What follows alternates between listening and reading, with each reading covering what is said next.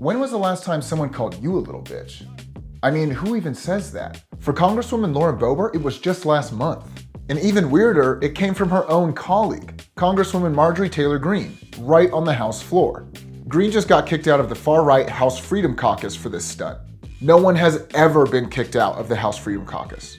And this fight between MTG and Boebert is just one of many, let's say, feuds, where politicians have lost their tempers and it's halting government business. American politics have always been a bit toxic, dating all the way back to the 1800s when a congressman beat his colleague unconscious with a cane. But with the rise of social media platforms, current politicians are engaging in a level of out-of-pocket behavior that isn't contained to just the halls of Congress. So where is this political firestorm headed? Well, one expert might know. Using mathematical models, political scientist Dr. Jack Goldstone was able to predict the social unrest we're seeing today over 10 years ago. So we called him up to ask about why politicians are behaving so badly. Well, unfortunately, I think they're being rewarded for it. We're in a social media environment where the algorithms direct viewers to that which draws the strongest emotional reaction. So in addition to the real emotional anger, there's also performative anger. When you have a combination of high government debts, large numbers of elites fighting for fewer positions, and a population where half or more feels that they're being left behind in a rigged system, you have the ingredients for heightened political polarization and conflict. Things are dicey. Overwhelmingly, people believe that politics today are more combative and that it's a threat to our democracy. And it might seem like people are just romanticizing the past and that things have always been this toxic, but the data actually shows that our politicians are indeed less civil. Remember when Representative Joe Wilson screamed, "You lie," to Obama during his speech to Congress?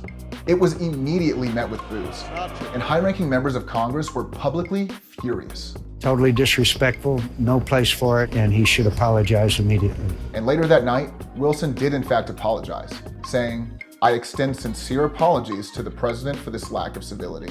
Fast forward to today, this kind of heckling is not only becoming the norm, but it's also being defended by party leaders. We're almost at the point where people have to be held back. I think we're seeing a level of polarization and even hatred of opponents that we haven't seen for more than a century and a half. Goldstone is referring to the divisive hatred leading up to the Civil War. Like in 1838, when a representative was killed in a duel over how opposing parties were handling the country's financial crisis. And in 1856, when a Southern representative viciously beat an anti-slavery senator with a cane. The biggest of all brawls was 3 years before the Civil War in 1858 over opposing views on slavery. 30 congressmen beat the shit out of each other on sacred ground, the House floor. All in all, there were 70 plus violent encounters between members of Congress in the 30-year period before Southern countrymen declared war on Northern countrymen. But that was over 100 years ago. What's dividing politicians today boils down to years and years of efforts to improve equality, end discrimination, and raise the profile of groups in America that don't fit the traditional white Christian European background model, have led people in that group to feel threatened. They feel on the defensive. And politicians have noticed this and played on it. It's not about slavery, but it is about what kind of person and what kind of culture will be dominant in America going forward. with each party moving farther to the right and the left, there's less to agree on. That poll I showed you earlier, that most American voters said incivility was a threat to democracy, well, here's a confusing statistic from that same survey. The majority of Americans want their politicians to embrace a common ground, but at the same time, they don't want leaders to compromise on their values.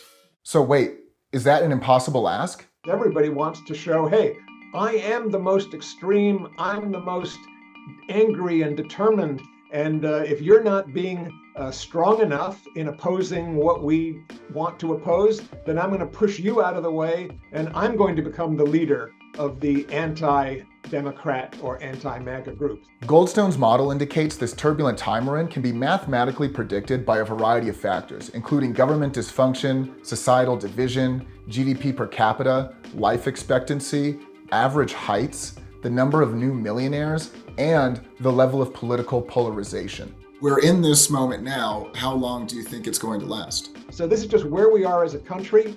It's being reflected and amplified back to us by our politicians, and unfortunately, it will take a while for that to change. But when it does, things will get better. Just hang in there for another decade or so.